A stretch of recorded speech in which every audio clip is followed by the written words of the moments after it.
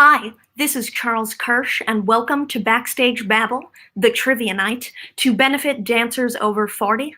I am so glad you are all here, and I think we have a very fun night of trivia and some surprises planned for you. Now, some of you may not know what Dancers Over 40 is, and some may not know what Backstage Babble is, so let me tell you a little bit about both. Dancers Over 40 is the charity that this event is benefiting, and as a reminder to everyone here, we encourage you but first, before I explain Dancers Over 40, I encourage everyone who's here to write in the chat if they want, because we love to know you're here, but please don't refrain from writing the answers there, even if you know them, so you don't give it away for the answers right now. So back to Dancers Over 40, it was created as a not-for-profit organization to provide a community of support in response to the needs of mature dancers, choreographers, and related artists. Their goals include seeking educational opportunities, presenting seminar and panel discussions, and social events geared to topics relevant to mature dancers whose present-day concerns are focused on their ability to continue to live and work in a creative environment and continue that legacy to the younger generation about to begin their journey. And if you check the bottom of the screen, you will see a little ticker with a link to donate and help them through this hard time of the pandemic. And I am thrilled to be doing an event for this worthy of a cause. Now, Backstage Babble is the podcast that I am a host of, a show that aims to paint a vivid picture of the golden age of Broadway through conversations with some of its leading players, which include many of the people here tonight. So before we get to the actual trivia, I'd love to introduce John Safakis, president of Dancers Over 40, to tell you a little bit more about the cause and why it's important to donate. So let's bring on John. Hi. Hi, Charles. Hi. Thank you for having us. Oh, thank you. Thank you for having us. I don't need to say very much. You were you said it very well as far as what our mission statement is. And we are not really a charity, we're a 501c3 nonprofit. And we are funded by a few funders like Broadway Cares, Equity Fights AIDS, the Equity Foundation, and a few of our advisory board members who donate. But most of our funding comes from real members, card-carrying, dues-paying members that pay dues every year.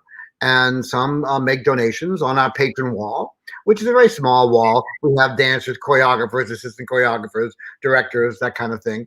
And you can do all that on our website, which is www.dancersover40.org, and click on the Join, Donate, or Renew button.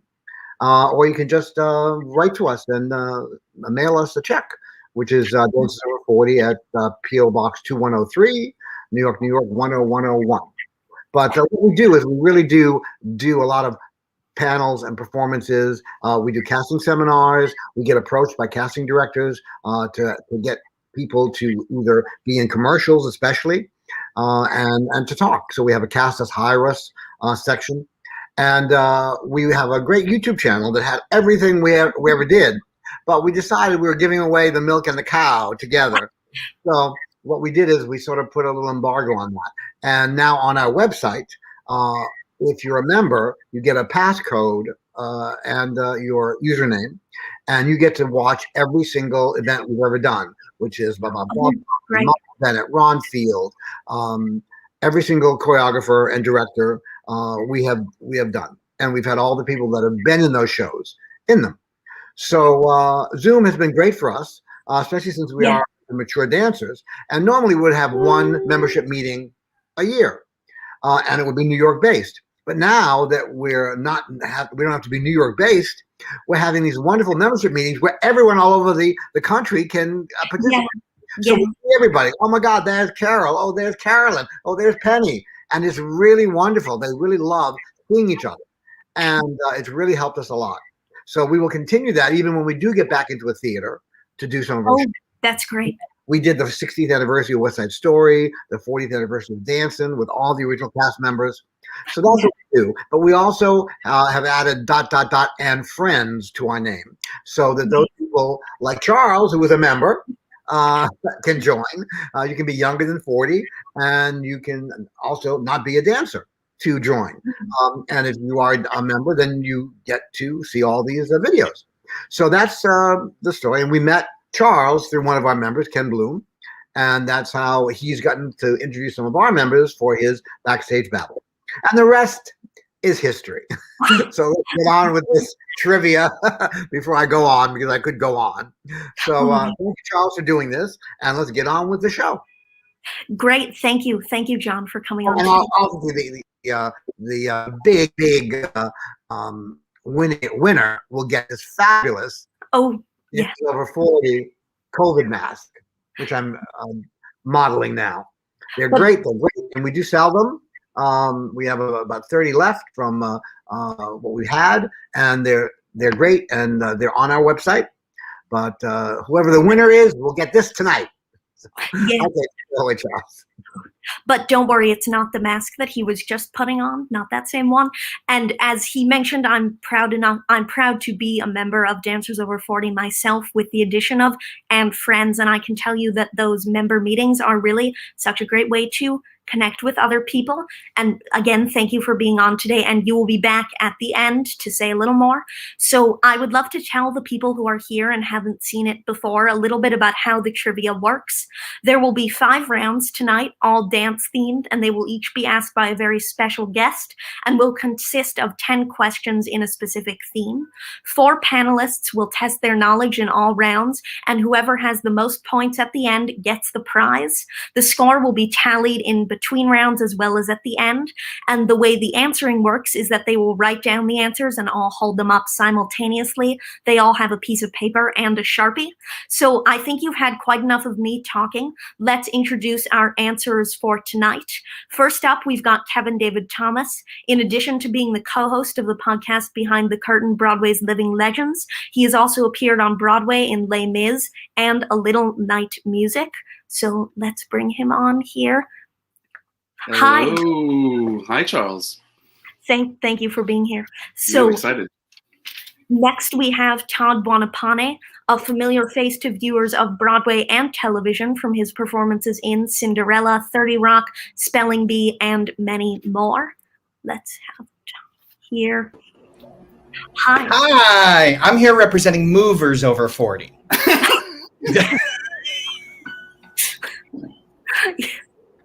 I've been waiting to say that joke all day. So next up is Kevin Winkler. Kevin Winkler was a dancer himself in The Wind of Willows on Broadway and in Cats on tour, and is more recently the author of Big Deal, Bob Fosse, and Dance in American Musical. But don't worry, we're being fair. There is no round about Bob Fosse. So, hi. Hey. Hi, Charles. Great to be here. Great to have you here. Great. And our final answer is Michael Colby, author of The Algonquin Kid, librettist of the 1982 off-Broadway Charlotte Suite, and writer of the shows Ludlow Lad, Dangerous, and Tales of Tinseltown, among others. So let's bring Michael on now. Here he is. Hi. Here I am. This is a gesture for an old director friend of mine who's no longer with us, but I like to keep the spirit of the past alive. Oh, yeah. So, let's now introduce our first asker so we can get this trivia started. And that person is Ken Cantor, who will be asking you some questions about Agnes DeMille. And Ken actually worked with Agnes DeMille on the Broadway revival of Brigadoon. And his other Broadway credits include Phantom, The Grand Tour, Me and My Girl, Chitty Chitty Bang Bang, Mame, Guys and Dolls, and more. You may also have seen him on tour in Ragtime and Anything Goes, both with Leslie Uggams and Mitzi Gaynor. Thank you for being here, Ken. You're welcome. You know, Todd, if you represent movers over 40, I represent walkers over 40. Because when we auditioned for Agnes DeMille for Brigadoon, all that the principals had to do was to walk and move their arms in opposition to each other diagonally across the room. And it was amazing how many couldn't do it, but I managed to make the cut. So I'll call myself a walker over 40. Right. I worked with DeMille on, I think, the last show that she actually supervised herself on Broadway, which was the 1981 production of Brigadoon. And I think I put together some interesting questions about Agnes DeMille, and I hope they will challenge you and conceivably teach you a little bit as well. So shall we move on to number one? Yeah, please. Okay.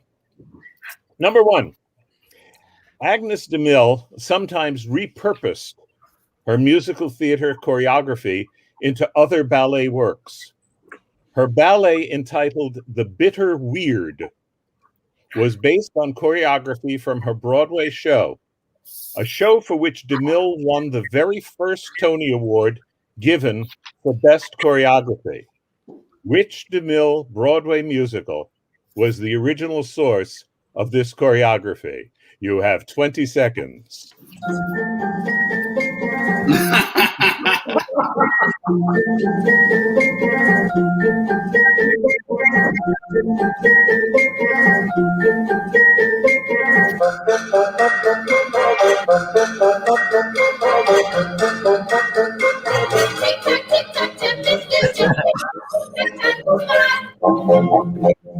Okay, your time is up. May I see your answers? It actually tied with Brigadoon. Finian's tied with, did she really? Yes, Finian's Rainbow, Michael Kidd. Well, Brigadoon is definitely the right answer. Yay. Congratulations. Just to be sure, Michael doesn't get extra credit for showing off, right? Listen, if I know one, I'm going to play it for all it's worth. Okay, let's move on to question number two. By the way, when DeMille came in to watch, Jamie Jameson was her choreographic assistant on Brigadoon. And for 2 weeks, we worked with Jamie, and he staged everything exactly the way it was done on Broadway originally. And on a big day, they brought Agnes DeMille in to watch. The first one number that we did for them was McConaughey Square. We finished performing it, and there was a silence at the end of it. And DeMille turned to Jamie and said, "Is that the way we did it?" And Jamie said, "Yes." She said, "Are you sure?" And he said, "Yes." And she said, "Well, I hate it, so let's fix it." She started fixing it from that moment on, as she did with most of her choreography. When we were doing Brigadoon, it was interesting. We had a woman from the Lavine Notation Institute there, and they Lavine notated all of the choreography on the basis of our production. And those books were enormous and a tremendous amount of work for that woman that put those together. All right, number two. Agnes DeMille wrote many books. She's often been referred to as the best choreographer who was an author, and the best author who was also a choreographer. He once wrote the biography of another choreographer who was a great influence on her work. Name that choreographer.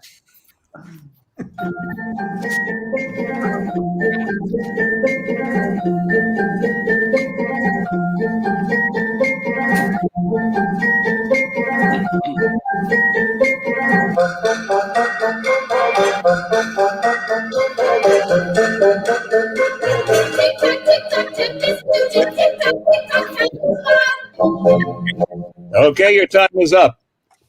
May I see your answers? It's already gone to hell. a wild guess, but I don't know. Martha Graham is correct. Yeah, I knew that. Wow. As a matter of fact, they had to delay the publication of the book because Martha Graham did not approve, and they couldn't finish the book, and it sat for a long time before she was able to publish it. They waited essentially for Martha Graham to pass away. Oh, It's a fascinating book. Yeah, that's like my book about Kevin David Thomas. I'm just waiting for him to die, and then There you go. I see you. Okay, question number three. DeMille was a harsh critic of her own work. When she expressed deep dissatisfaction about the effectiveness of one of her ballets, Oscar Hammerstein said to her, "Be careful, you're talking about the woman I love." Name the show that they were working on.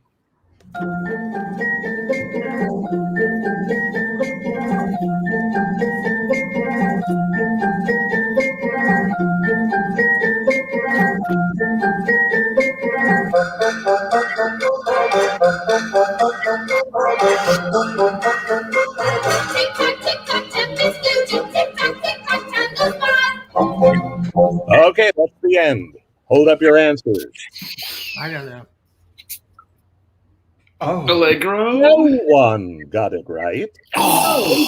It was not Allegro, and it was not Oklahoma. It was Carousel. Oh my gosh. He sat in rehearsal, and she was just merciless with herself, and that was what she said, and that was what he said.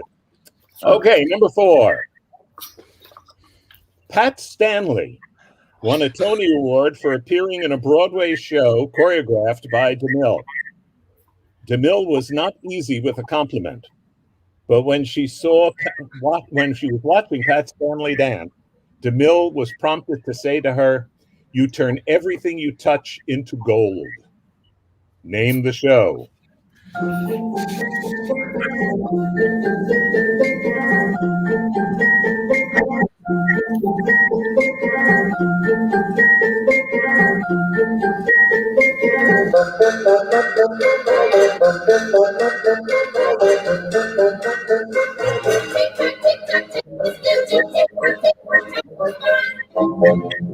I love music. Kevin, look over your left shoulder. What's the name of the show? Goldilocks. Goldilocks. I'm not even gonna hold mine up because I didn't write Goldilocks. Right there, baby. Right there. Am I the only one here who saw it? Pardon? You saw it? I You saw really? it. Yeah. Oh, wow. I was a kid. And there was like a I- bear, right? There was like a big bear, right? Like a person in Yeah. a bear suit. Who's been sitting in my... In my chair. And Well, I don't want to give any. one of Kevin's favorites also won a Tony Award for that show, Russell Knight. All right. Right. They both won the Tony. Favorite. And they both That's right. won twice for other shows. Yeah, he won it for suppose I Colby can't- Madden, and she won for Fiorello. Yes, quite right. That's right. Yeah. Quite right. Okay, number 5. DeMille staged a musical number for Carol Channing by telling her, quote, "Just stand still, don't move." Name the musical in which that song appeared.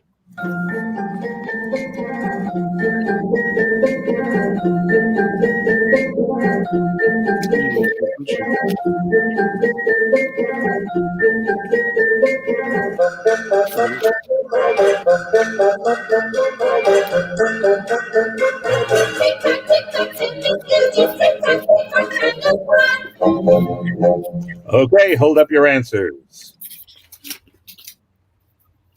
Kevin, you're too high. Yes, you all got it. Whee! Gentlemen prefer blondes, and of course, the I number almost said one- Lorelei. Almost said Lorelei. No, she didn't stage that one. Nope. But yes, it was Diamonds Are a Girl's Best Friend. Yeah. Okay, number 6. This one requires 2 names, 2 answers. You do not get credit unless you have answered both correctly. Yes. Okay? The dance arranger of a musical works very closely within the rehearsal room with the choreographer.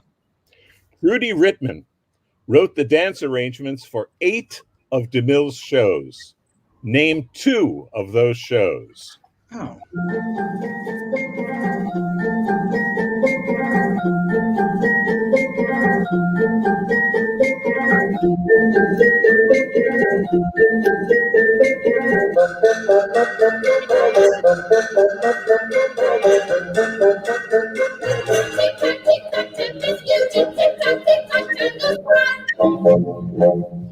Okay, hold up your answers. Carousel, Me and Juliet, Nope. Brigadoon and Brahma Girl, Oklahoma and Carousel, Nothing.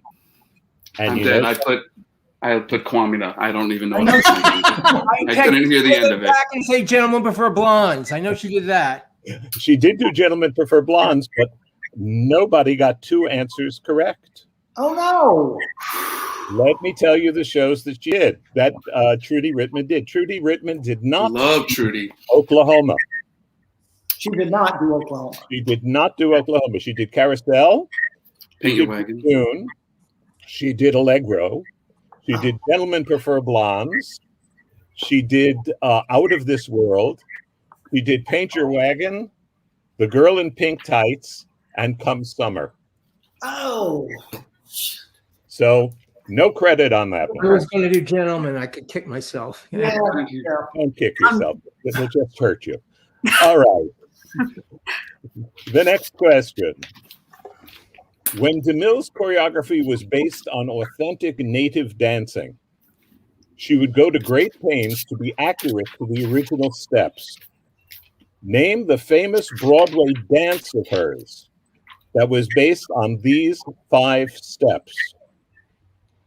Over the log, struts, slides, bells, and forward and back. Let me read those again. These are the 5 steps the dance was based on.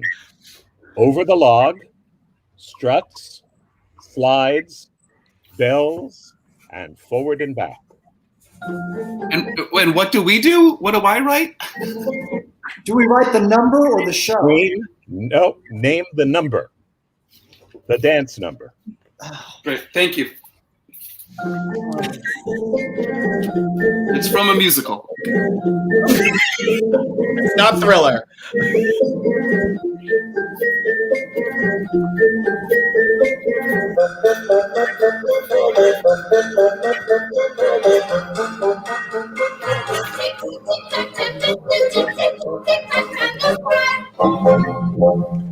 Okay. What was the musical number? Out of My Dreams, Go Home with Bonnie Jean, Lori Makes Up Her Mind, and Kansas City. Again, 4 wrong. Oh. The number was The Farmer and the Cowman. Oh. In the square dance, those were the steps that he I don't used. get credit for being in the same show. No, it doesn't work that way. Okay, but I'm sure you'll get the next one. Okay. Oh, God. Here's number Don't 8. be short.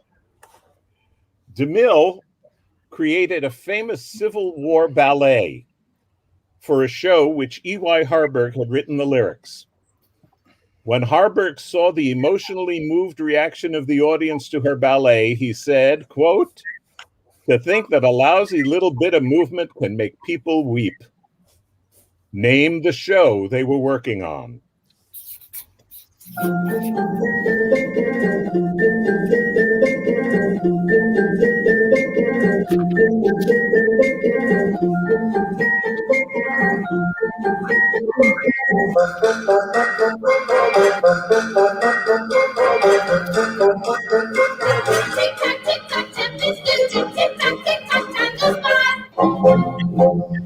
That's going to haunt my dreams tonight. Okay, hold up your answers. All 4 correct. Bloomer Girl. Oh. Bloomer Girl. There was quite an argument about that ballet. E.Y. Harburg hated it. He felt that the show was a light musical comedy. And all of a sudden, there was this ballet about women struggling with loss at the end of the war. DeMille knew, as the men putting the show together did not know, that the women in the audience went through a great deal while their men were off fighting. Right. Watching that ballet moved the audience terribly.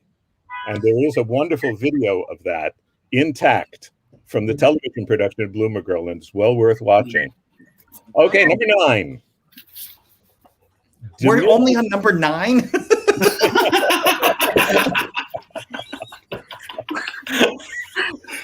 Oh, wait, you've got a long evening ahead of you.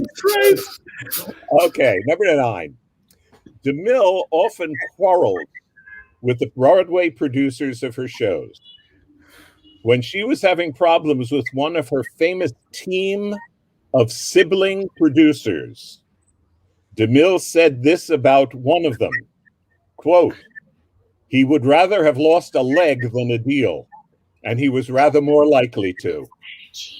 Name the producer. You say they were brothers? They were brothers.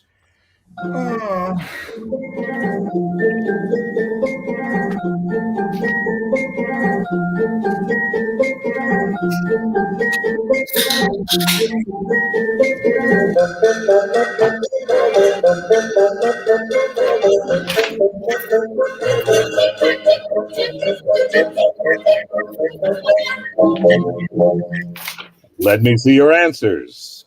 No idea. Well, No. Oh, wait a minute. Michael, I'll give you credit for that. Ah, It was Lee Schubert. oh, It was of not course. Kate. Duh.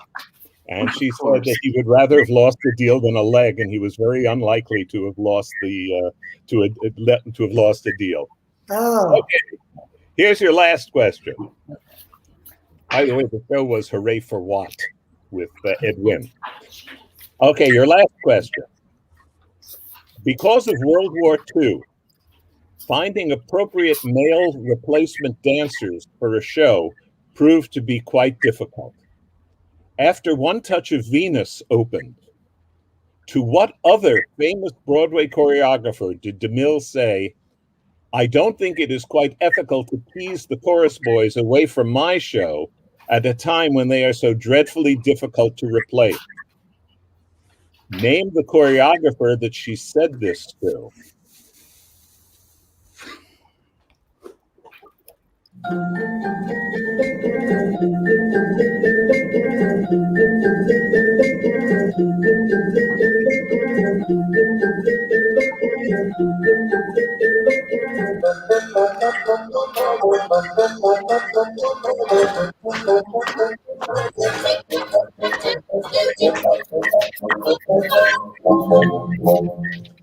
Okay, there was a hint there. It was obviously a World War II musical. Let me see your answers. Balanchine.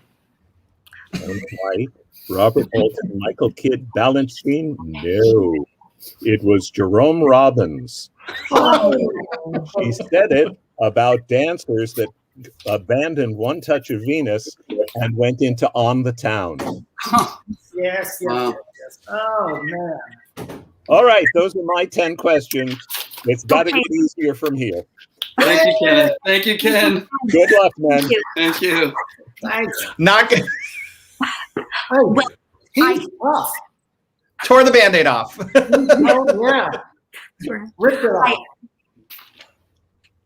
I'll just be tallying the scores here, but unfortunately, I have to say that Ken brought his own transitional music, so we will not be hearing that for the rest of the evening. That's Between okay. God, thank God. God, thank God.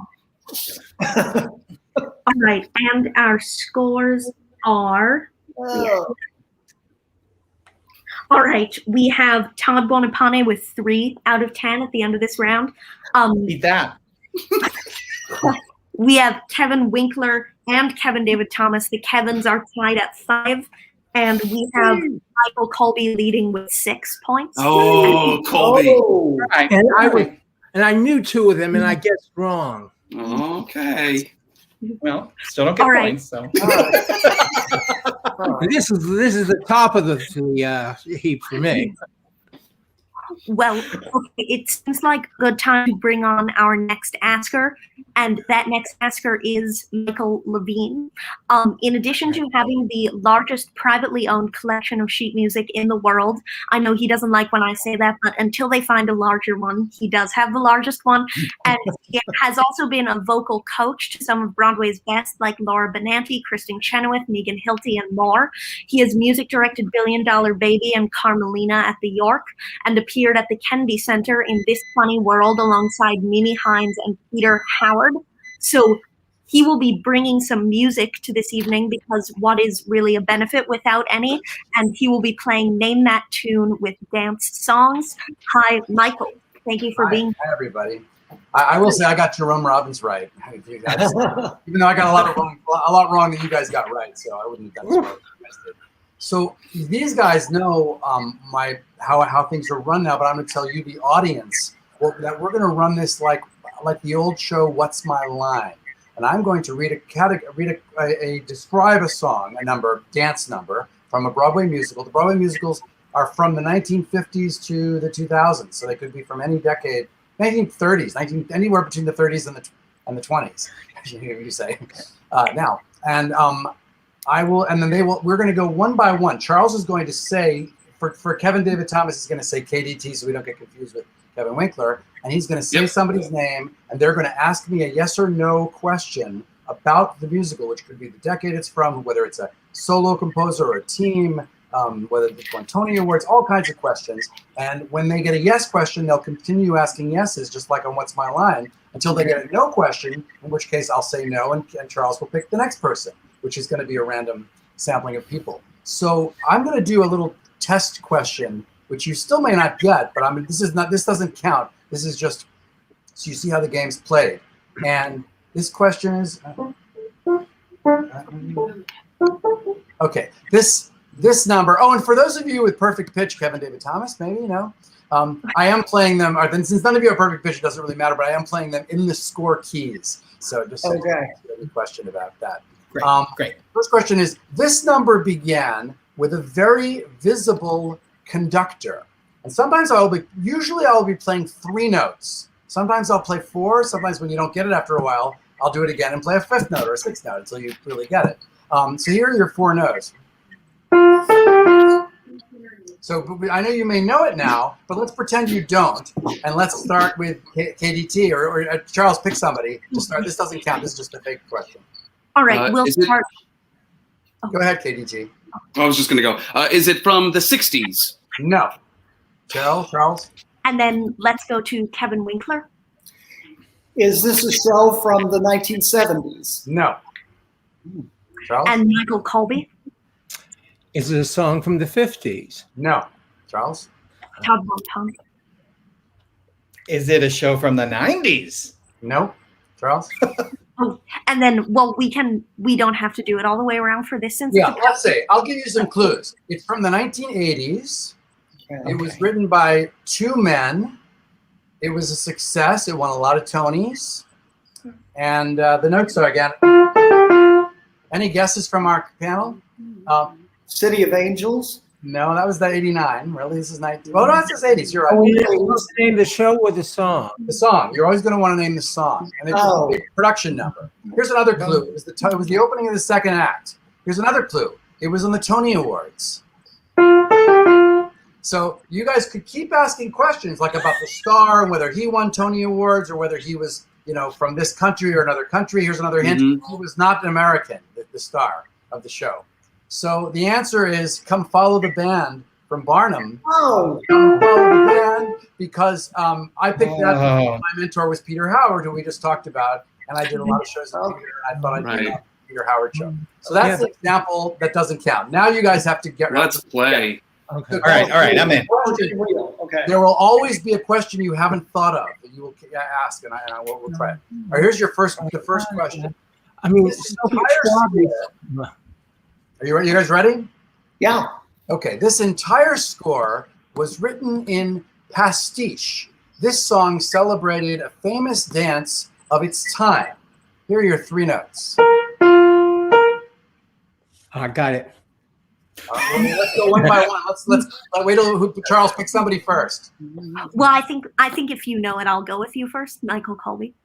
Is this Sandy Wilson score? Yes. Won't you Charleston with me? All right, so Michael gets that point. So this time you're not all gonna. Only one of you is gonna get the point in every situation. So we don't give anybody else the chance to get it, but Michael knew it right away. If you do know it right away, you can just hold up your hand and Charles will call on you. Okay. So they may not all be that easy, I hope. All right. I say yesterday, Cantor got that pretty quickly also. All right, you ready for your next question, folks? All right, let me get this song up. All right, this number was originally choreographed by Bob Fosse. And your 3 notes are, I'm going to give you 4 notes. They are. All right, who are we starting with, Charles? Well, let's start with the Fosse expert, Kevin Winkler. Well, now I'm really embarrassed. Can you play those 4 notes again? Yeah. Am I asking you questions or am I supposed to guess it? You're asking questions. Is this from a show that Fosse did in the 1970s? No. Next person, Charles. Todd Bonapane. Is this a show from the 60s? Yes. Keep asking, Todd. Is this a Cy Coleman show? Yes. Keep going, Todd. Bum, bum, ba-dum. I know it. All right, you're not up yet, Oh. Michael. Michael, Okay. don't Boy, shout it, Michael you know Colby. it. Step off my question, Michael. Did Gwen Verdon sing it? No? Okay. Charles is next. And let's go to Michael Colby next. Why All not? right. Well, you go to KDT first because Michael knows it already. Let's give KDT a chance to Okay. figure it out. So hang on. Well, I mean, no pressure. Is it from Sweet Charity? No. Okay. Back to Colby. Okay. Did Sid Caesar sing this song? Yes. Deep Down Inside? Correct. Oh, You guys all know that? Do any of Yeah. you? One of my favorites. It's one of my Oh favorites. my God. yeah. All right. You guys are doing great. You're getting these fairly quickly. I hope you get this. Michael is. Well, Michael is anyway. Okay. And there'll be this no song- living with him. I kind of thought Michael might have gotten it. This number was in 3 different languages in the show, and your notes are. I'll give you 4 notes, which is how dry I am, of course, but it's not how dry. So, all right, Kevin, it looks like you're dying to ask a question. Yeah. Go ahead. Is this the name's LaGuardia from Fiorello? Oh boy! Wow. Okay. Oh yeah, take it. If you can Yeah. do it like that, you always got to do it like that. That's Boy, amazing. that's- Kevin Winkler. I'm like Wow. getting everything. I barely. That's know amazing. Questions. That's Yeah. amazing. I knew it. Yeah, you do with the next one. This show. I saw all these shows, so I have an advantage. Yeah. Yeah. Okay, but Kevin beat you to that one. All right. This show had songs written over 30 years earlier, in addition to songs written directly for the show by a new team. Does that make sense to you guys? Mhm. All right, I know. your 3 notes are in the key of the show. Let's start with Todd. Did the musical run on Broadway in the 80s? No. Next person, Charles. Let's do KDT. So is this a musical that was in the 70s when when No. there was that whole revival? Okay. No. I should say again that the question says this show had songs written over 30 years earlier. I'm going to add in a different medium, in addition to songs written directly for the show. Oh, Does this make sense to you guys now? yeah. The 3 notes again are. All right, Charles. I know it now. All right, Charles, who's next? Well, in all fairness, we'll go to Kevin Winkler next. Was this a show that was this a revival in No. the Charles, Michael 1990s? No. you're out. Michael Colby. I'm kind of stumped on this. Got so excited. Yeah. Okay. Was this a show by Lerner and Lowe? No, back to Todd Bonapane for the win. Should I ask a question just for fun? Did Yeah. Sutton Foster win an Oscar for this show? Win a Tony for the show? Good Lord. She didn't win an Oscar for it, but yes, she won a Tony. Oh yeah. Is this forget about the boy from Thoroughly Wow, Modern Todd Love? for the win. Nice job, Todd. Nice Yeah, job. great. Okay, forget about the boy from Thoroughly Modern. Okay, and for those of you who didn't know, none of you ever said it, but the music Ken was playing before between numbers was from Pajama Game. Just Pajama Game. Okay, this song was one of 3 songs in this particular Broadway season about this subject. Your Oh. 3 notes are, which is also the theme from Rocky, but I'm not talking. Yeah, totally. I know what it is. All right, so Charles, who's going first? Let's go When to, Michael knows it already, we can't pick him first because okay, let's go to Kevin Winkler first. Is this a show that was produced in the 2000s? no. In fact, Michael, you shouldn't shout out that you know it because then we're definitely going to put you last after the other Oh. 3. Okay, I'm sorry. Charles, pick somebody else. Well, let's go to Todd next. Is this a show from the 60s? Yes. Oh crap.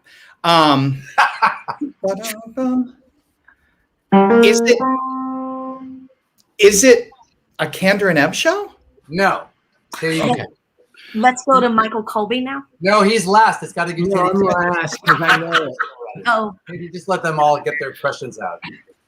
Michael, will you remind us what the hint was as well? In addition to the music, Yes. what was This the song This song was one of 3 songs in this particular Broadway season about this subject, the subject of the song. And was this written by Jerry Herman? No. Okay, Colby, go ahead. There's a parade in town. Correct. From Anyone Can Whistle. Oh, wow. Michael, I know you can. Can KDT or Todd or Kevin name the other parade songs from that season? Before the parade passes by. For the parade passes Don't rain by. on- And Don't Rain on My Parade. Yes. And Yeah. Before the Parade Passes By. Don't Rain on My Parade. Nice. That season. Okay, what did somebody just write in comments, Charles? Oh, somebody was writing about the Thoroughly Modern Millie. Those notes could also serve Keeping Cool for Coolidge, which did have a score that was augmented later. Oh, Right. Peter Felicia said that. And let's not forget that around the same time, nominated among those shows was a musical version of The Rainmaker. Oh, thank you. Yeah, that was Peter. That was Peter. Oh, but we're talking about parade, not rain. Okay, forget it. Okay, your next question. This song was danced by 3 Broadway dancers, all of whom have also worked as choreographers. And your notes, hang on 1 second. Yes. Your 3 notes are, oops, I got the wrong. Hang on. Okay. Your 3 notes are. So Charles, who's going to begin? Let's go to Michael Colby, since he looks like he doesn't know at this time. Oh my God, unbelievable. Yeah. Did all these dancers win Tony Awards? No. Let's Okay, go first. to Kevin Winkler. Was this a show from the 1960s? Yes. Is this, can I ask another question? Or Yes, you can, Captain. Is this Turkey Lurkey time? Yes. That was the win. Yes. That was the win. Yeah. Knew it. Me too. I tried not to show it so they'd call on me. All right. All right. So we had Donna McKechnie, Byork Lee, and Margot Sappington. That's correct. That's right. And Donna McKechnie told me that when they were out of town, that number was a disaster. And Michael Bennett had to reformulate the whole thing. Mhm. Right. I heard that too. Yeah. Yeah. All right. Your next question. This was a big dance number and the last original Broadway musical for a fabled writing team. Your 3 notes are 3, 4, 1.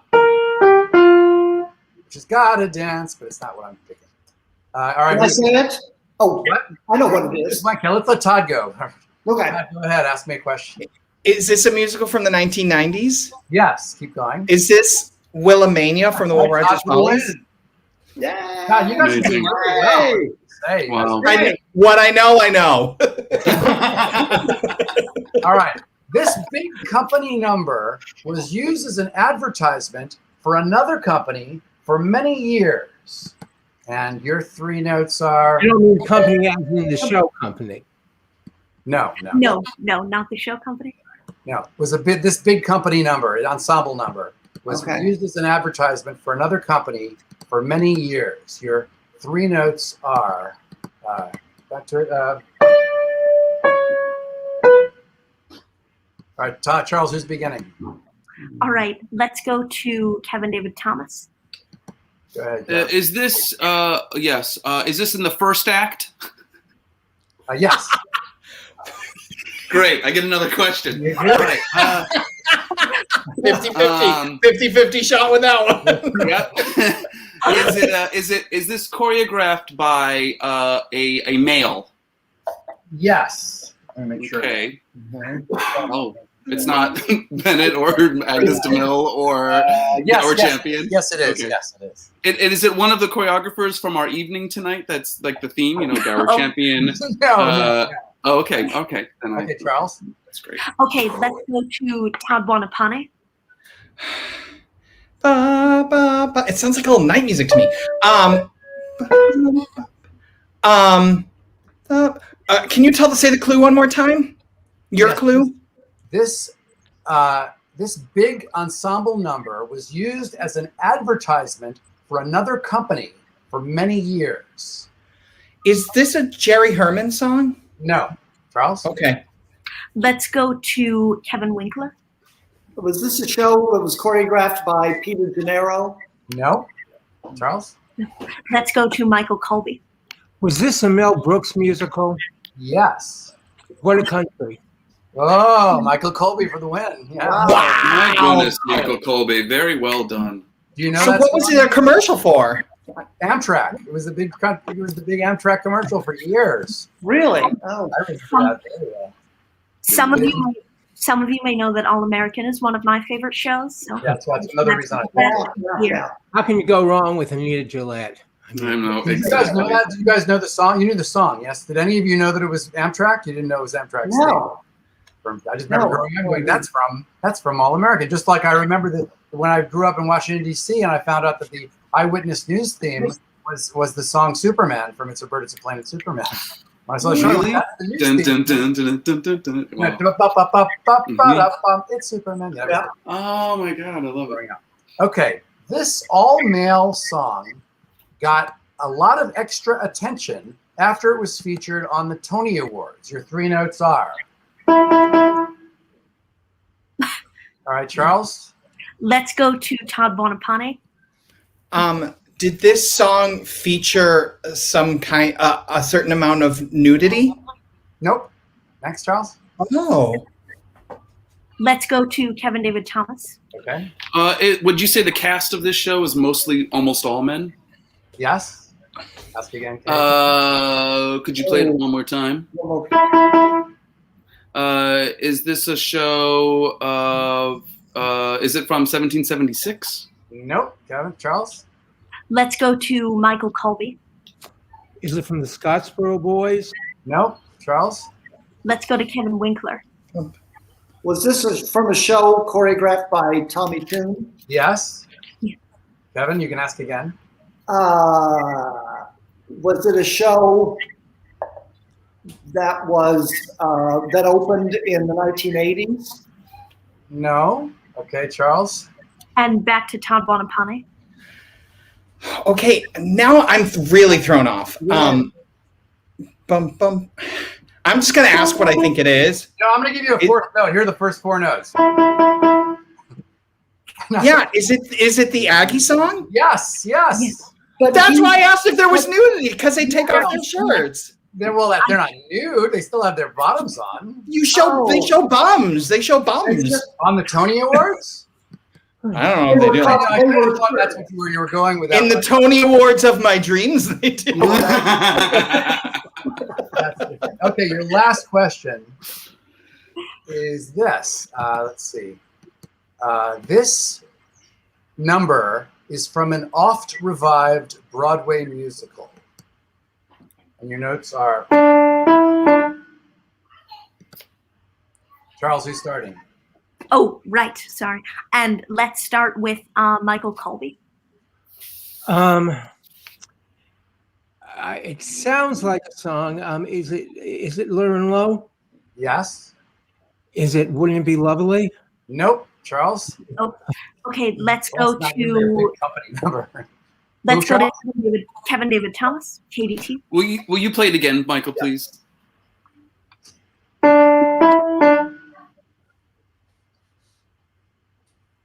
Is it from My Fair Lady? Yes. No, I've got to get the right song. Todd's like, God damn it. I know, Todd. You're just like chomping at the bit. I'm beating it to you, Kevin. I could have danced all night. No. Damn it. Charles, are we I going want to the whole score now. Let's go to Todd Bonapane. Is it Get Me to the Church on Time? Todd Bonapane for the win. Nice job. Hey. All I've right. redeemed Of myself. course, a dance song. Of course, Kevin. And You guys did really well. We didn't have to go. I was afraid we were going to have to go in circles around with questions. Almost all of you got it within the first four questions, which is Yeah. fantastic. I thought these were harder. Great So, job, Michael. That was fun. Thank you so much, Michael. Yeah, and while I tally up these scores here, Michael will introduce us to a special guest who he actually has never met before to tell a story about the song that this last song was from. So you know that I have known some of you for a very long time. KDT I've only known a couple of years. Kevin, this is our first time meeting. Todd, I've known you since Butter and Egg Man at least. And Michael Colby, I've known you even longer than that. But I'm going to introduce you all to somebody I've known even longer than that, longer than I've known anybody else in the world. And this is, ladies and gentlemen, say hello to my mother, Eileen Levine. Eileen. She's on the phone. Hi, Eileen. Levine. It's a little too Wi-Fi. Her Wi-Fi is not great down there in Bethesda. So Eileen is now 96 years old. She lives in Bethesda, Maryland. I just spent the week with her. You're on, Mom. And she was. I just spent the week with her, but she has a story to tell. First, Mom, tell us a little about when you were going to theater and where you would sit and how much you would pay. Am I on here? Yes. Can you hear me? Yes. Oh, you know what? Turn your computer. Shut your computer off for now. Yes, I can hear you. Shut the computer off. I grew up in turn your computer. How do I do that? Close it. Just shut it. Close it. How do I do that? Just shut it. Closed. Turn it off. Get out of that website. Or get out of the website. Okay, you're there. Hello. Did you close it? I Okay, no, it's all right. You can hear me. We can hear you. Go ahead and tell us about when you started going to theater.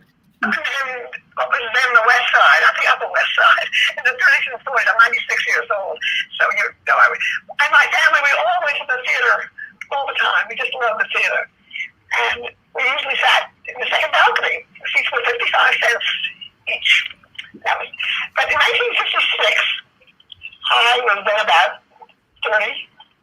I had a boyfriend, a platonic friend who had a lot of money, and he said, "How would you like to go to the opening of a show in New Haven?"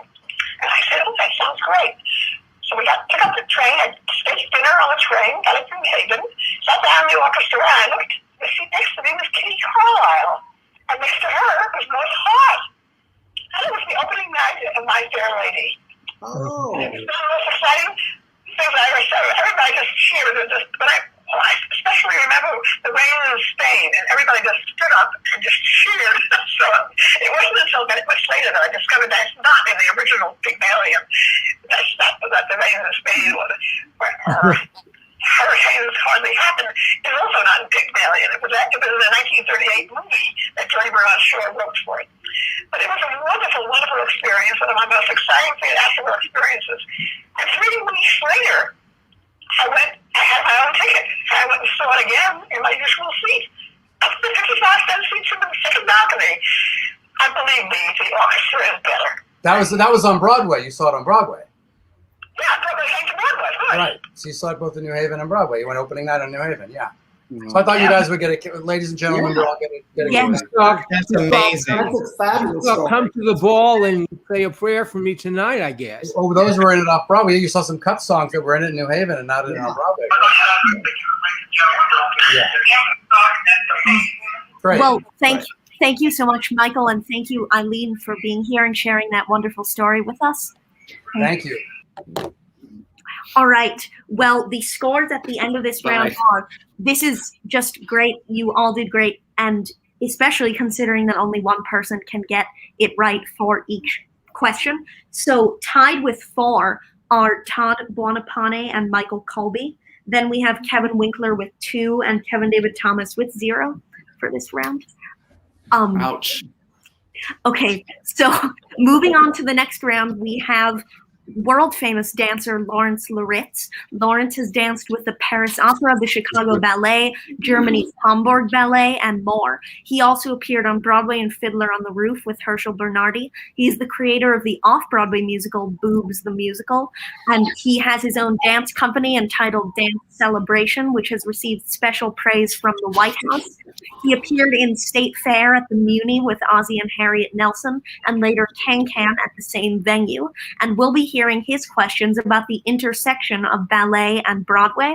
Lawrence, thank you so much for being here. Hey, everybody. Hi, Lawrence. Hi, Lawrence. Hi, Lawrence. Good to see you. I have ballet and Broadway questions, so I'm going to work you over. Oh, jeez. Just I kidding. stretched. They're Yeah. not that hard. Thank you. So anyway, when I first asked the questions, I sent them to Charles, and he knew 9 out of 10 questions. Ooh. Very Okay, no pressure. The bar is high. The bar is high. So Yeah. let's get going. Okay. Number 1, a quirky ballet choreographer created this 2010 musical based on Frank Sinatra song. Name the show and the choreographer.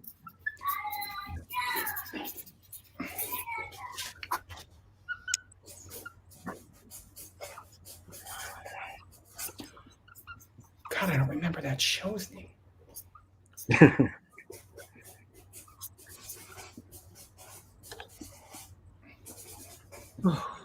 I thought this was going to be the worst for me. I don't know if I remember the name of the show. I saw it too, man. It was weird. All right, ready?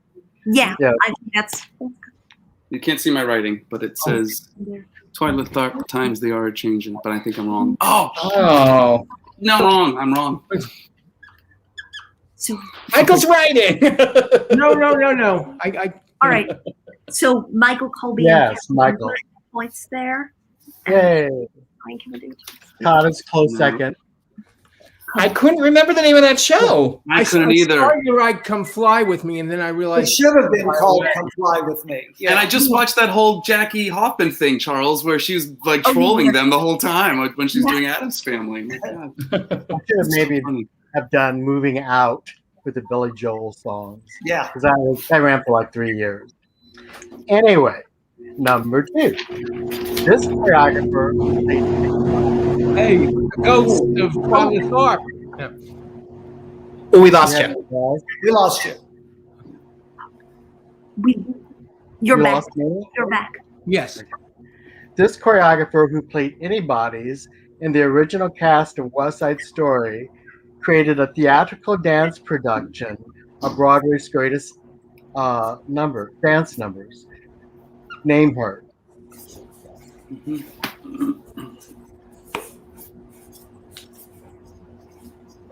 Oh my God.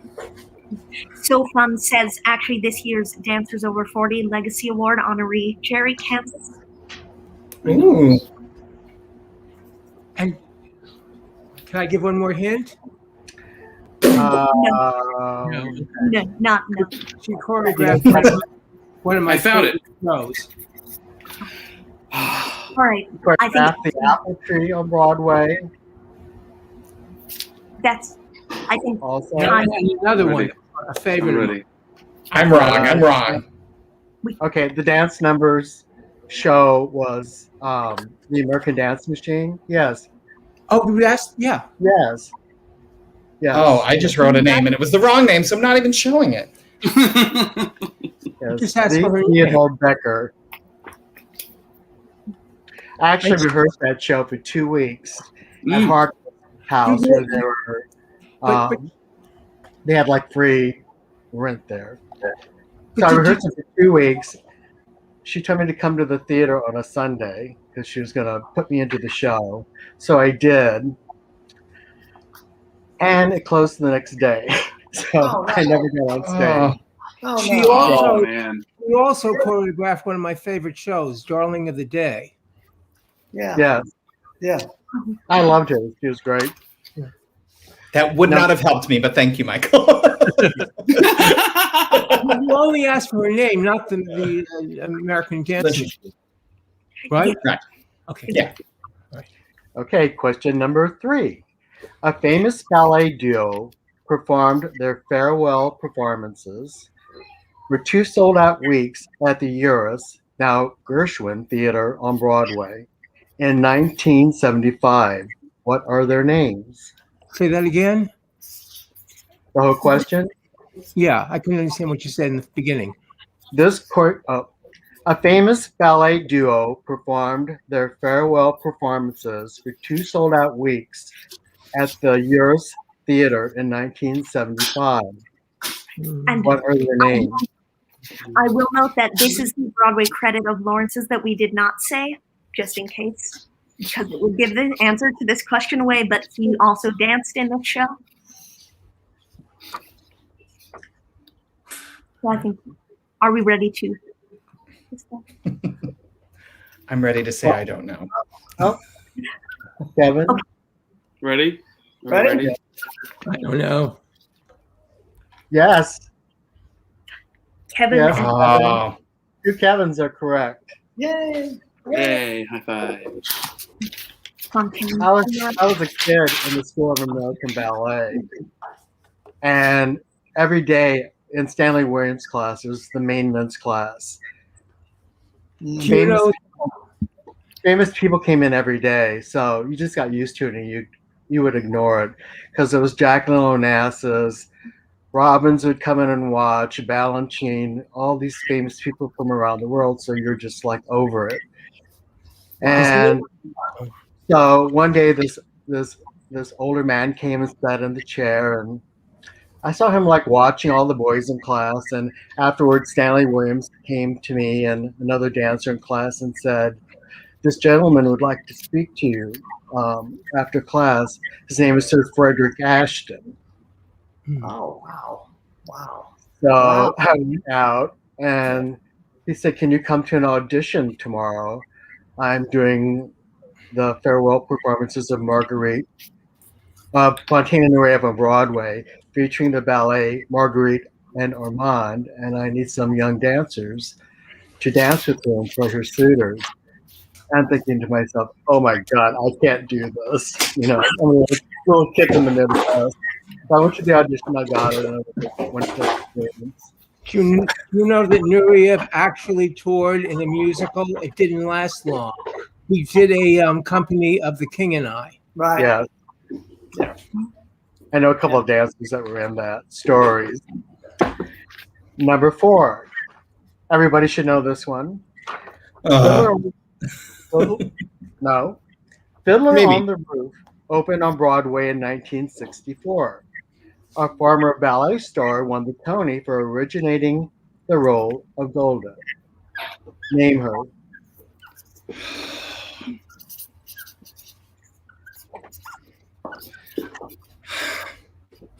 I hope spelling doesn't count, right? Spelling is. No, as long as it's in the general area. Yeah, thank you. Catches slack. Pronunciation may have. Actually, she was a dear friend of mine. well, don't tell her I forgot her name. Okay, I'm not gonna waste your time because I can't think of it. I think we'll call time now.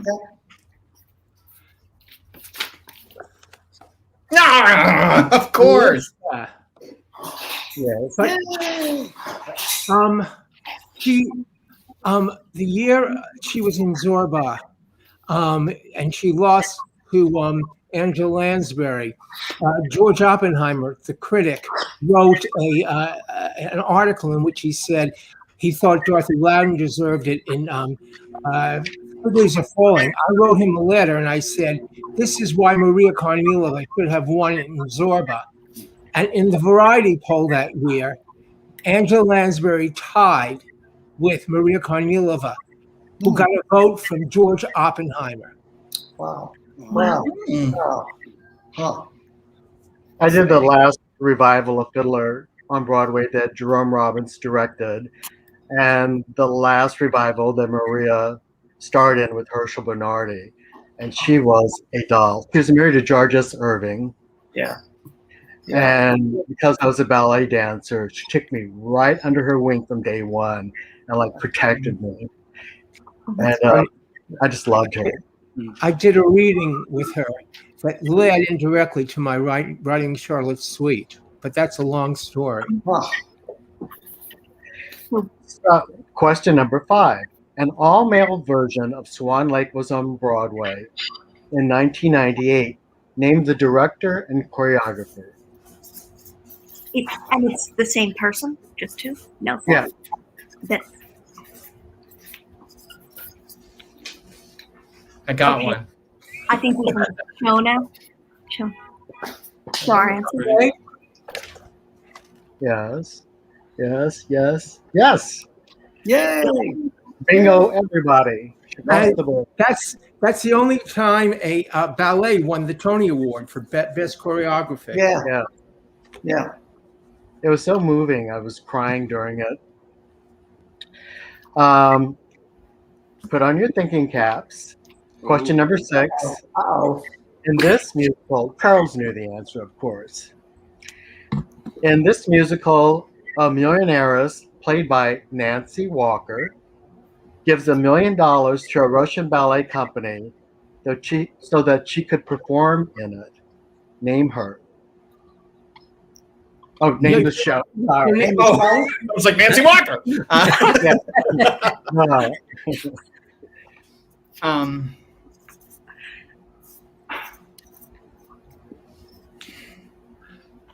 Michael Colby. Yes. Yes. Nothing. Kevin. No, not enough. I didn't get enough time. For what? I almost had it. I was picturing the cast album cover. I could see it, and then I almost had it, and then I saw it, and then I was too late. And it was choreographed by Jerry Robbins. Yeah. So this question I made for Charles because I know his taste. This Comden and Green musical was based on Jerome Robbins' ballet Fancy Free. Name the show.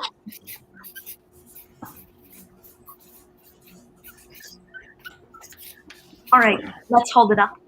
Now, we can all raise that. On the town. Right. Bingo across the board. Whew. Question number 8. In Tommy Toon's production of The Grand Hotel, this Folie Bergère star played the ballerina role. Name her. And for this one, you should be probably glad that spelling doesn't count. She was a good friend of my grandmother's. So I guess you know. Yeah, I've got a picture of her in my book. Are we ready? Nope. Nope. I didn't do it. No, you're right. I'm ready. I'm not going to get it. Okay, let's put them up. Oh my God, Kevin. Yes, 3 on the board. Yay! Shame. For shame. Question number 9. This ballerina, who played the ballet coach in the film The Turning Point, also starred on Broadway in a 1958 musical opposite Tony Randall. Name her. And this is the one that I did not get, I will admit. Oh, Todd seems to be muted. Can you say it one more time? I lost sound for a second. Yes, this ballerina, who played the ballet coach in the film The Turning Point, also starred on Broadway in this 1958 musical opposite Tony Randall. So do you want me to know the name of the dancer and the name of the show? No, just the dancer. Just the dancer, okay. You know the show, but I don't remember that. Okay, well, both. All right, let's hold up our answers. Yes. Or have I'm not going to show mine. I'm not going to show mine. Kevin for the win. Nice job. She was my favorite teacher when I was, one of my favorite teachers when I was at School of American Ballet. Yeah. And we're in that old Juilliard building where the windows are all the way at the top of the ceiling. And it was all fluorescent lighting. So by the end of the day, you could barely stay awake. Yeah. And I was in my 4th class of the day, and my partner at school was Leslie Brown, and I chose her because she only weighed 98 pounds, and she also starred in The Turning Point. So we're getting ready to go across the floor, and I yawned. And Madame Danilova yelled to the pianist, "Stop!"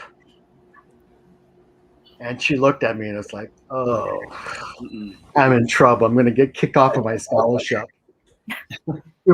She was standing in the middle of the room up by the mirror. She walked all the way across the room by the pianist, got a folding chair, drug it all the way back to the middle of the room, stood on top of the chair, lifted up her skirt in her 70s. She had gorgeous legs and she loved to show them.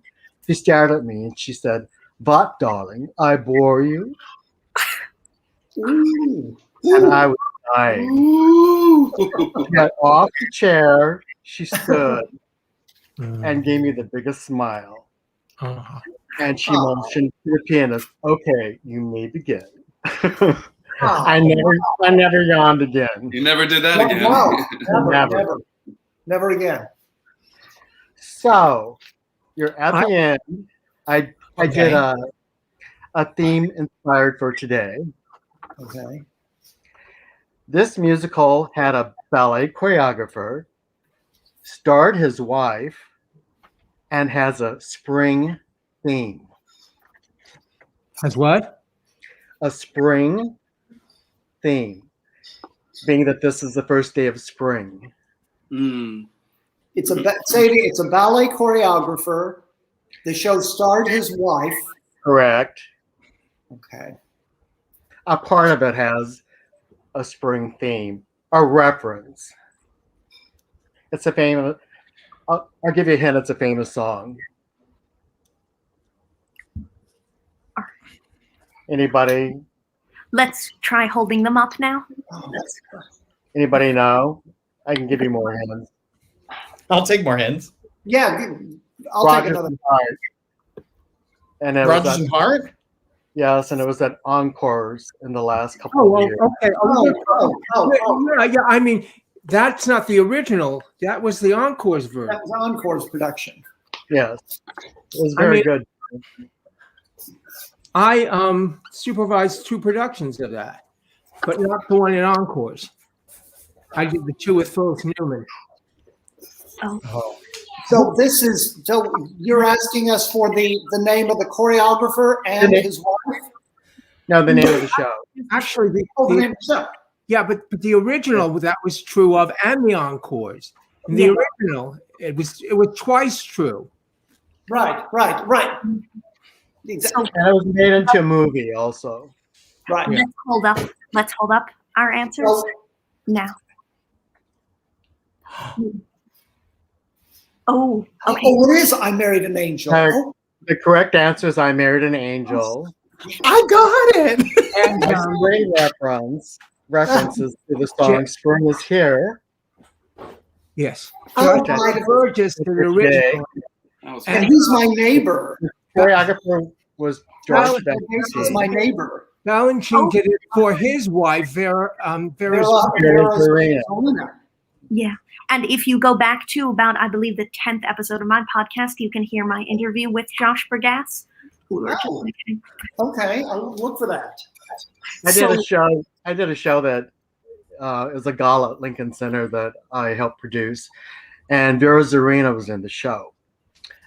And somehow she got my home number, and she would love to call me every evening after I worked all day. I just didn't want to think about it and would want to gossip, and she'd want to know what other people were wearing. She didn't want to have the same dress on as anybody else.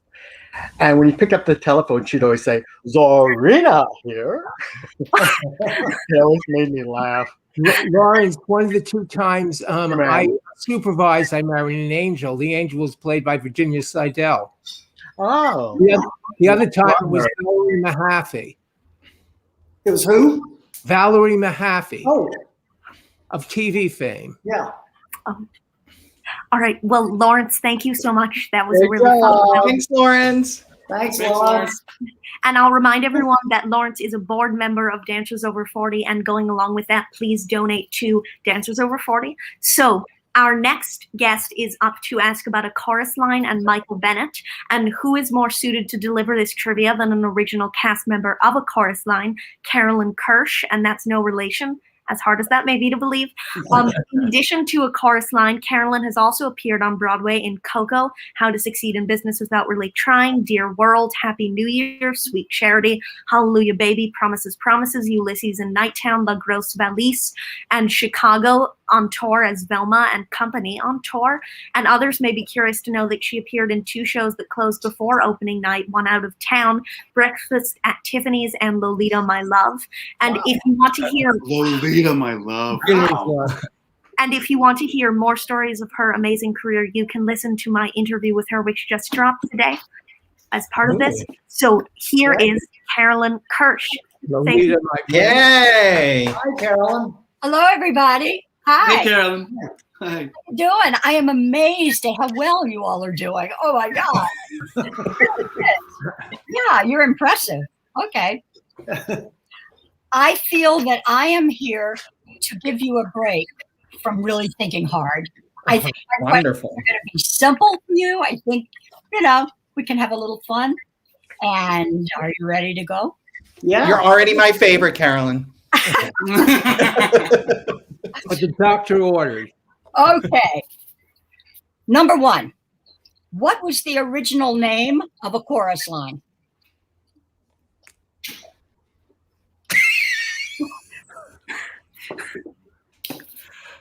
Okay. I'm going to write something. I know. Oh. I have 2 answers.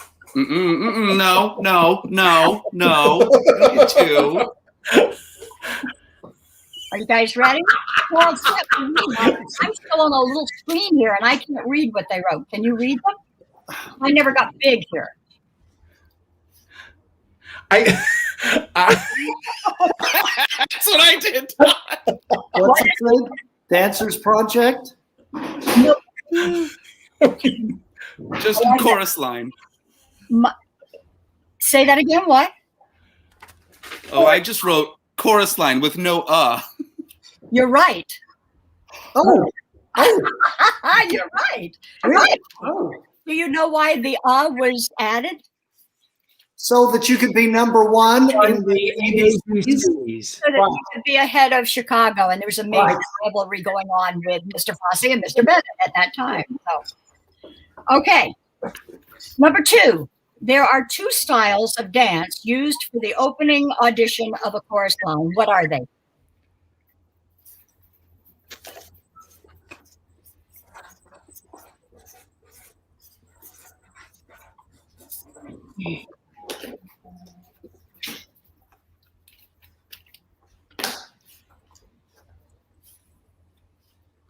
Okay.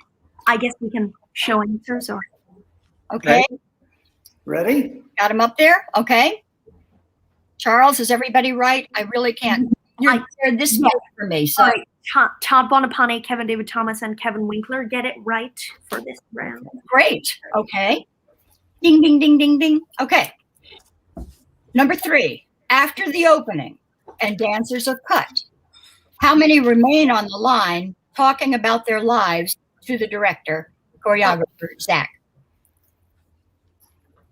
It's a really good one. Yeah, I know. I had to look it up. Yeah. I had to look it up. Downfall, Carolyn. I had to look it up. My wall. I was ready with answers like Tony Stevens and Mitzi Hamilton. Yeah. I'm like looking at the record in my head and trying to count. Exactly. Okay. Let's hold up the answers. Okay. This is wrong. Okay. I went too big. Oh, I would have stayed on in that case, right? Yeah. I don't think I may see it. The answer is 17. 17. Oh. 17. Everyone's a loser. I know. That's a hard one, actually. Yeah. You promised this was going to be the easy one. Yeah. Okay, I have one coming up for you. Okay. At least it's quick pain. Number 4. In the tap combination, Paul falls and injures his knee. This leads into the question, what are you going to do when you can't dance anymore? The scene was developed utilizing what well-known acting exercise?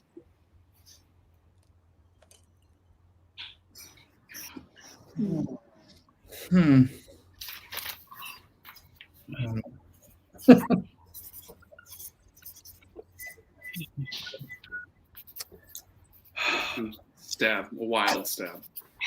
I can't think of what it's called. The scene was developed utilizing what well-known acting exercise? All right, I think we can hold up. Are we? I don't know. I wrote mirroring.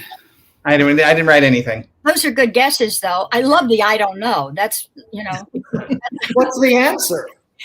Improvisation. Yeah, that would make That sense. would be, yeah, that would be. Story is, I'll that'd be tell it. you quickly, in the workshop, Michael said at one point, you may know the story, I don't know, Michael said at one point, I want to do the tap combination. And he got up there and he started tapping and everything, and he fell. And he started carrying on and screaming about his knee. And, you've heard all this, right? No. And everybody was scurrying. Somebody said, I'm going to get a Valium. Somebody put something under his leg. Somebody called Dr. So-and-so and so-and-so. And Michael went, stop. Sam, get in there. Let's start it again. I want all of you to do the same thing. And that's how that scene was developed. Do you have any questions on other Michael Bennett shows, or is this going to be Chorus Line? Yes, This is harder than I expected. there's something going on. Okay. Over his career, Michael Bennett won how many Tony Awards? Oh.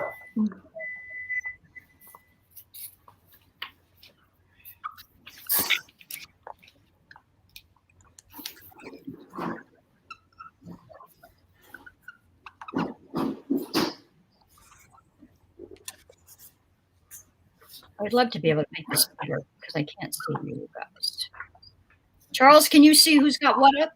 Oh, we We haven't done haven't it. posted it yet, shall we? Let's hold it up now. 3, 2, 1. Boom. Wait, where'd it go? Yes. 7. 777. Look at you guys. Great. I do too. I listed them. Oh, extra. Oh my God. Oh, great. Extra credits. Right. Number 6. At age 16, Michael Bennett started his career as a dancer in musicals. Years later, in 1966, Michael was a featured dancer on an NBC pop series television show. Name that show. And I heard it when people were warming up. Somebody had said it. okay, let's hold that up since. Hullabaloo, hullabaloo, Too nice. Don't judge my spelling. Before we You have the go to this, You have the picture? yeah, we have a photo here of I had it. I had it. It was just spelled wrong. Everybody got it, right? and we have a photo of a young Michael Bennett and a young Donna McKechnie and a young Carolyn Kirsch in Hollywood, which I will share with you right now, if I can figure out how to do that. Oh, look at that. Carol, is that you on the? Donna is on the left. I'm on the right, and the guy in the back on the upper. As you look at the picture, right is Michael. Oh, for God's sake! Wow, And That's great. we were all like early 20s. wow, that's terrific. That's a great Love photo. it. And this picture was sent to me by my dear friend Robert Reeder, who is from Connecticut and is a Dancers Over 40 member. And he sent me this picture. I would have never, ever known that even existed. So I'm indebted about That's terrific. It's a That's great photo. great. It's iconic. Yeah, I love it. Thank you, Robert. Okay, number 7. There is a line. Oh, you'll get this one.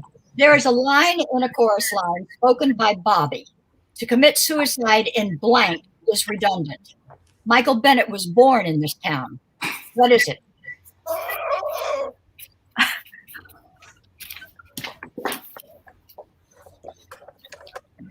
All right, let's hold it up. Let's Buffalo, right around. Yay. Hey, Buffalo. yes, all around, good. Shuffle off to Buffalo.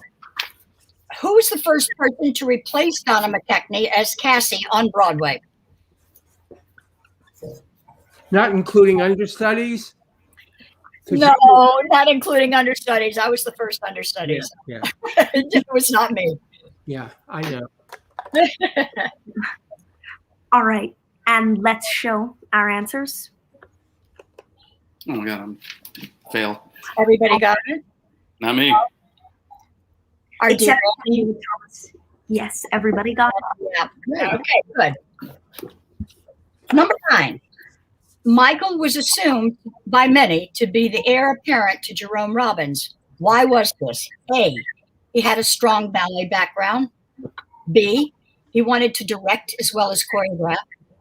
C, he sought for unity of style throughout each individual piece. D, all of the above. All right, that was a pretty quick answer, so let's hold that up. D. Yes, yes. You know, on college tests, you always put all of the above. I mean, last question, and one little fun thing. Okay. Number 10, there were 3 prominent dancers who first brought the idea to Michael Bennett for doing a show about dancers. Name one of them.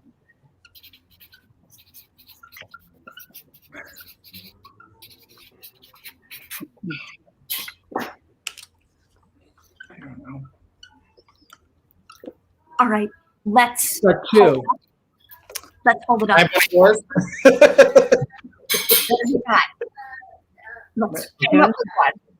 Tony Stevens, Timothy Michon Peacock, Mm. Kevin. It was Tony Oh, Stevens, Michon Peacock, No. and Nicholas Dante. Oh, the Constante. Yeah. It was, you know, Nick was pivotal in that, and so was Michon, and so was Tony. 4th one. This is a throwaway. Okay. This is not for points. Okay. But what if I know it? Oh, If you could play any character in a chorus line, who would you choose to play? And you will be graded on your answer. What if you can't dance? How can you? Zach. Zach. Okay. We have one Zach in the house. Okay. Okay. Anybody else? oh, Nice. What is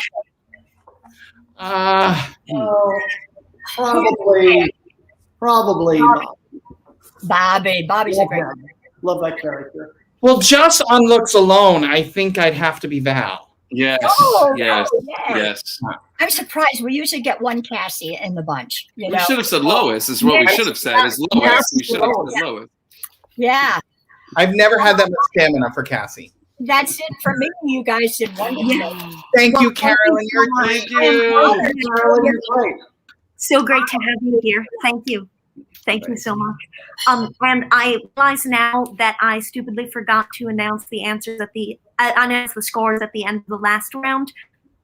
So here are the scores for both rounds. Here, for the Lawrence Laritz round, we have Kevin David Thomas with 5, Todd Bonapane with 4, Michael Colby with 8, and Kevin Winkler leading with 9. That's a lot.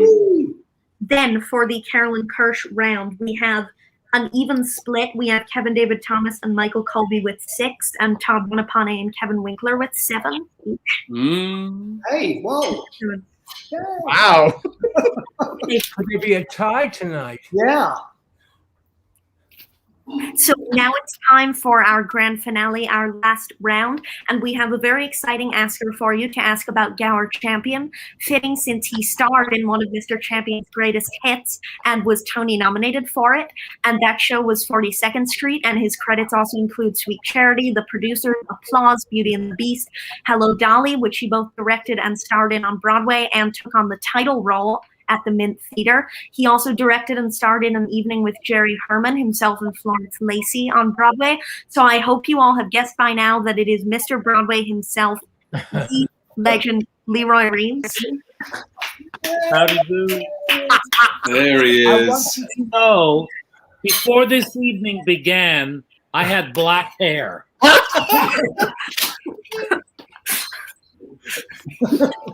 You look great. You're a great talking head. We all. But we're going I had hair. I had hair. Did you get the decapitation during the thing? Because you're just a floating head. I know. Well, listen, darling, I know what to emphasize. I want you to see the dirt in my bedroom or the notches in my bedpost. Uh-oh. But anyway, my questions are going to be hopefully a little easier for you. So let's get started. Do what? Please. Are you ready? Yes. All right. Number one, what was Gower Champion's first Tony Award for choreography that starred Carol Channing, not Hello, Dolly? I have always been a woman who arranges things for the pleasure and the profit it derives. All Have you right. got it? All right. Let's see the answer. Yeah.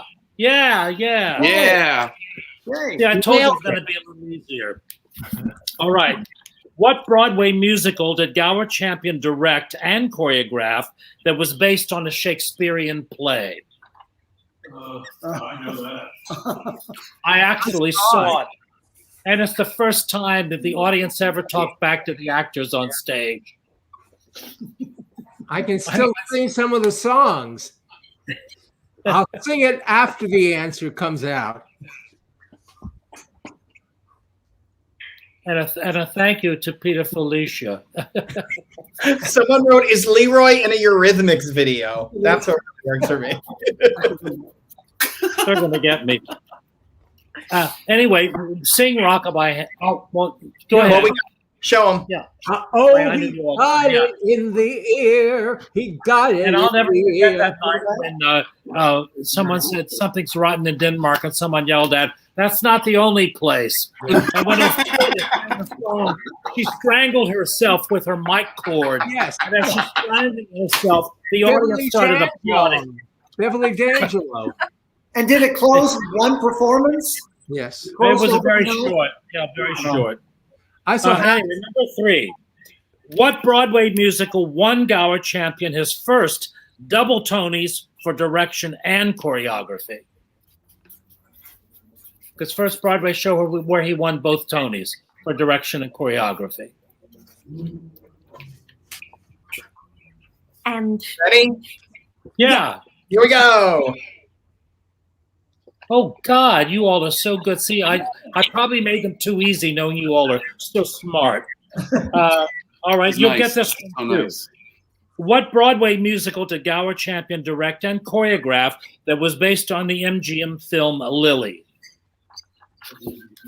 Oh, that's too easy. Song of Love is a sad song. Hi Lily, hi Lily, hi Lo. They almost made a movie out of it. Yeah. I don't know. Wait. Are you ready, boys? Go. Wait. Todd. I'm just throwing something on the page. All right. let's see. Ready? Yeah, go. Oh, Yeah. Oh, damn it! And at one point it had the exclamation point too. Yeah, and it's the first Broadway show that I saw. The first Broadway show I saw was between semesters in college, and of course with the wonderful Jerry Orbach and Kay Ballard, who became dear friends later in my career. So that's a special. It wasn't a that. performance And I where love that. Maria forgot to turn off the mic. Why doesn't someone revive that musical? It's so wonderful. Yeah. It was great. It was great when they did it encores. Yeah. Maybe it's because they don't want to do all of the circus stuff. Anyway, It's just number 5. Yeah. Did Gower Champion ever tap dance in a movie or in personal appearances prior to 42nd Street? Oh, can I list more than one movie? No. It's a You're writing yes or no, right? Yeah.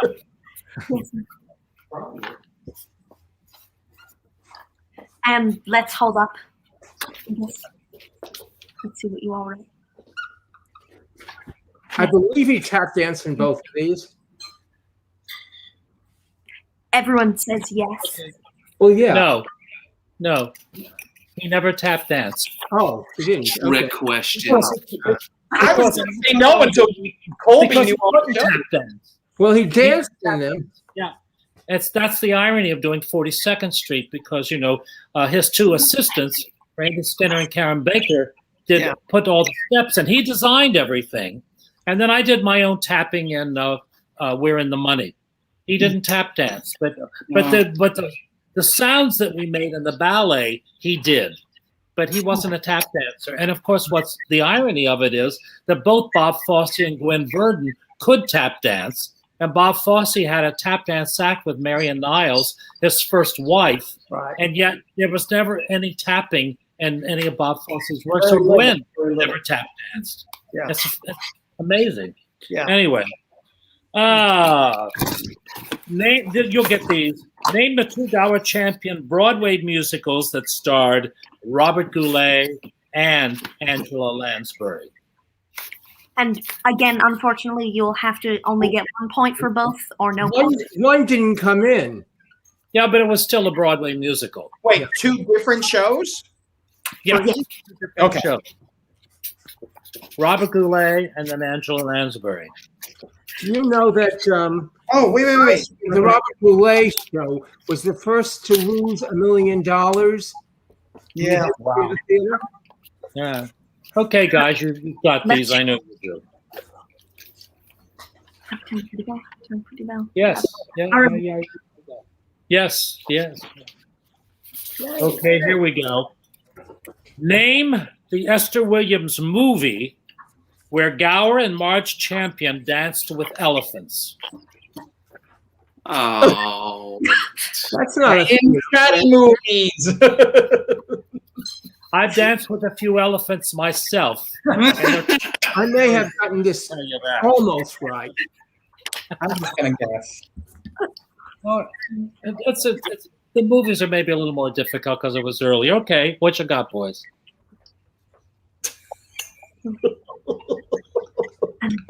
Nope. It was Jupiter's Darling. Oh, of course. This next one is a little difficult too, but we'll see. I am Uranus' sister. How much you all watch TCM? You'll get it if you do. Name the Jane Powell movie with Kay Ballard that Gower champion choreographed. Name the Jane Powell movie with Kay Ballard that Gower champion choreographed. And if my memory serves me right, dancing in the chorus, I think, was Harvey Honegger, who became Harvey Evans. Yeah. But I may be wrong on that. I won't hold myself to it, but I think so. Yeah. The name of the movie. Jane Powell, and you say it's the movies you don't get, right? Michael? There you go. Nice job, Mr. Winkler. Yeah. Wow. It was the last movie musical. It was one of the last movies done by RKO Studios. Yeah.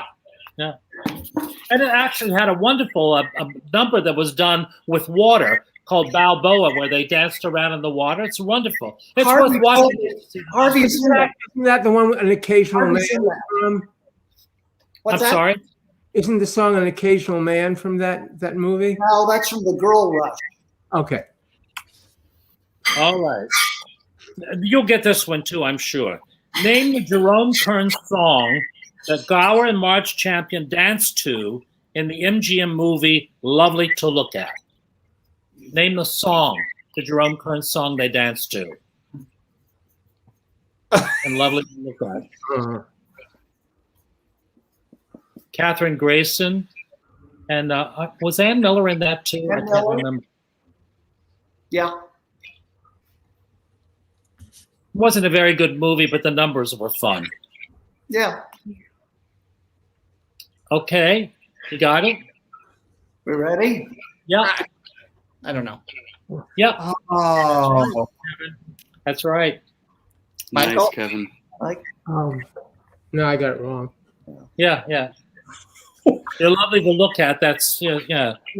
Yeah. That was the name of the movie, yeah. All right. This is the last one. Okay. Name the MGM musical in which both Gower Champion and Bob Fosse appeared with Debbie Reynolds. I've got the poster up in my room upstairs. Signed by Marge. By Marge, yeah. I think I know. study this. This is something I study. This is something I studied. And then the musical numbers were wonderful. It's worth looking them up just to see the musical numbers. Numbers are great. Yeah. You got it? All right. Yep, let's go. I'm close. Oh man. Yep, you got it. Give it No, a break. Give it a break. Yeah. So that helped to fatten up your scores. Yeah. Kevin. Yeah. I could have given you a lot of hard wins, but I chose not to. We love a hard one. Good questions about Gower for the 11 o'clock show. But that's another day. All right. Well, I'll tally up the score now, and I'm sure that Leroy Reams can tell you some sort of story about Gower champion while we do that.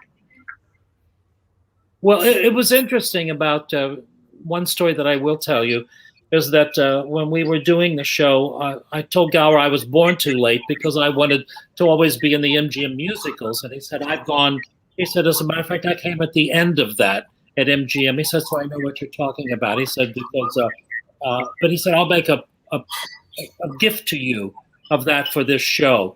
And he said that during the period when he was going through Rockabye Hamlet, he said, I went to all of the discos, I did the drugs, I wanted to be with it. And he said, I finally woke up one day and thought to myself, I'm just really an old-fashioned song and dance man. And when David Merrick offered him 42nd Street, he said, my doctors told me not to do it because I was not well. But he said, I had to do it because I didn't want to be remembered as a has-been. And it was very prophetic. The night that he died, that's the image that went through my mind. And when we went to the party after the opening, we only had one producer, so we had a sit-down dinner in the Waldorf Astoria, which was unheard of. And we also had an orchestra. And when I walked into the party, the first person who came up to me was Bob Fosse, who said, that son of a bitch. He said, I filmed my death, and he had to do me one better by doing it on opening night. Oh, that's perfect. I love that, Leroy. Thank you. Yeah. Yeah. So he was a wonderful man and very clean with his choreography, and also he dissolved the numbers. He was brilliant at starting the number, putting it into another area of the stage, and having the set change and bringing the number through. That cinematic dissolve. And he never gets the credit for his choreography because the Hello Dolly number is probably, for my taste, the best staged musical number, period. That Hello Dolly number is flawless. And seeing what he did with the opening of Carnival and what he did with Dancing and Dolly, where they start out in the hat shop, they dance into the streets, and it goes to the next scene. It was just seamless, the way that he could knit the shows together, never a stage wait. He made everything dance, the sets dance. He was really quite brilliant, and I hope that in the future that there are enough people around who can, give him the credit that he deserves. Yeah. Yeah. Amen. That's very well put. So, all right, I have tabulated the scores, but before I announce them, I want to bring John Safakis on for one more little Dioforo plug / talking about it. And here he is. So I'm going to take everyone off for a second. Thank you so much, Leroy. As always, you. So. Thanks, Leroy. Thank you, Leroy. Thank you, Leroy. Legend. Yeah. And let's just take everyone off so I can bring on John Safakis off. And hi, John. Hey there. I was dying to write comments and I couldn't figure out how to do it, Charles. Once you're on, I guess once you're in the anteroom, you can't do comments. So I couldn't say hello to any of the people because we had a lot of members that were here. Dance Over 40 board member Eileen Casey, Tony Sheldon from Australia, Jerry Kansas, Robert Reeder, and you talked about Virginia Seidel, and we had some incredible members that you sort of alluded to, that everyone alluded to, especially longtime member Iva Withers, who was the understudy to everyone. And in 1947, she did the matinee and evening, starred in Carousel in Oklahoma, same day. but she was only the understudy for every show, all the way up to Debbie Reynolds and Tammy and Molly Brown. Molly Brown. Right, and ended up being a dental hygienist. I mean, like, amazing career, amazing lady. And Jimsy DeLapp was a longtime member until she died at 96. Ivor was 97, and then we had Norma Doggett Beswick, who was in Seven Brides and Seven Brothers and came to everything and started poetry and danced and was in Magdalena in 1947, Jack Cole's first Broadway show. So of course we lost Marge Champion, we lost Bob Avian, longtime board member. So we would like to fatten up our membership by getting more members. And each and every person that was here tonight could be a member. Yeah, yeah. Okay, Todd and the other Kevin and everybody else, Michael, you all could be members of Dancers Over 40 and friends. So even if you were what did they say, storage walker or whatever they were, you know, they're movers, not shakers. That's okay. So I hope you all, you know, join or donate to Dancers Over 40 because we simply, as Cheetah says, we simply cannot do it alone. So thank you for this opportunity, Charles. I really appreciate it. And I can't wait to drum roll to hear the winner of tonight. Yes. Drum roll. Take it, Charles. Thank you for coming on tonight again, John. And yes, everyone, please join. And I think every asker we've had is affiliated with Dancers Over 40 in some way, except maybe Michael Levine, because Lawrence Leritz is a board member. Carolyn Kirs is a member. Ken Cantor has done the Gwen Verdon event with them. And Leroy Reams has done many events with them. So let us bring on everyone. Why not bring on as many people as we can for the presentation of the final prize? And you all stayed, so thank you for that. Cantor, Leroy Reams, Michael Colby, Michael Levine, and can we add John Safakis? Oh, unfortunately we can't because we can only have 10. But anyway. Aww. Okay, so the prize, we will start with I'll go from bottom to top. So, so we have Todd Bonapane with 18 points at the end of this trivia. And then we have in third place Kevin David Thomas with 21 points. Then in second place we have Michael Colby with 29 points. And our winner is Kevin Winkler with 31 points. Yes, Kevin! I've never won anything in my life. That's the first thing I've ever won. You got a mask. I got a mask. You would have at least won the penmanship award. I could read everything you wrote. Oh. Right there. That's the Sharpie. That's the Sharpie. This was great. It was lots of fun. It was much harder than I expected it to be. Yeah. Same. Charles? Yes. Could I say something to Lauren? Yes. I don't know if you can see this. That's the Marguerite and Armand that I told you. Oh, I love that photo. I would like to give it to you. Because you would. Oh, Carolyn, you're so sweet. My best friend of 48 years had it, and I cleaned out her apartment. I kept this one photo because it's so beautiful. But it's up in my attic in a trunk. You should have it. I want to send this. You're making me cry. Isn't it so sweet? It now belongs. I'll get it to you safely. I'll tell you a really fast story. When we were in the theater doing dress rehearsal, Nuraya threw one of his tempered tantrums, and he slapped Margot in the face and knocked her off point. Wow. So they said, "Okay, back to your dressing rooms. We're calling it off for now. Wow. You know, hold still."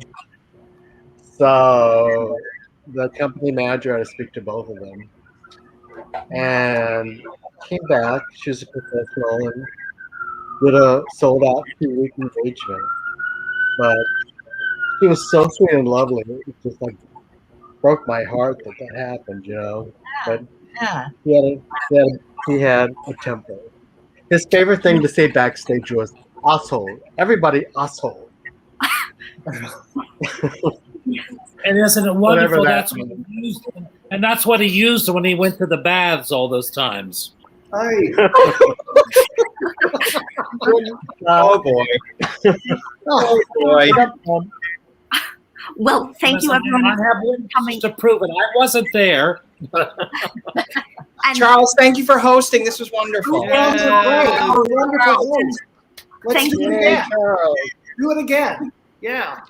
yes, definitely. And as part of Kevin Winkler's prize, you should all buy his book, Big Deal, Fosse at Dance in the American Musical. Yes. Lawrence Leritz. Over there, Lauren. Get Lawrence for the copy of it. Yay. It's a great Thank- book. thanks I for love going. it. I interviewed Leroy for it.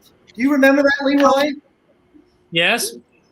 And you sat at my dining room table. We talked for like 3 hours. Yeah? You told me stories about Ethel Merman and Lauren Bacall and Madeline Kahn. Yes? You need to write your book. You need to write your book. I'm trying. I just need a little bit of help. Okay. A little bit of help from my friends. Yeah. Well, it was a great afternoon. Yes. Thank you. Well, so yes, much. thank you to all askers, all answers, and all watchers.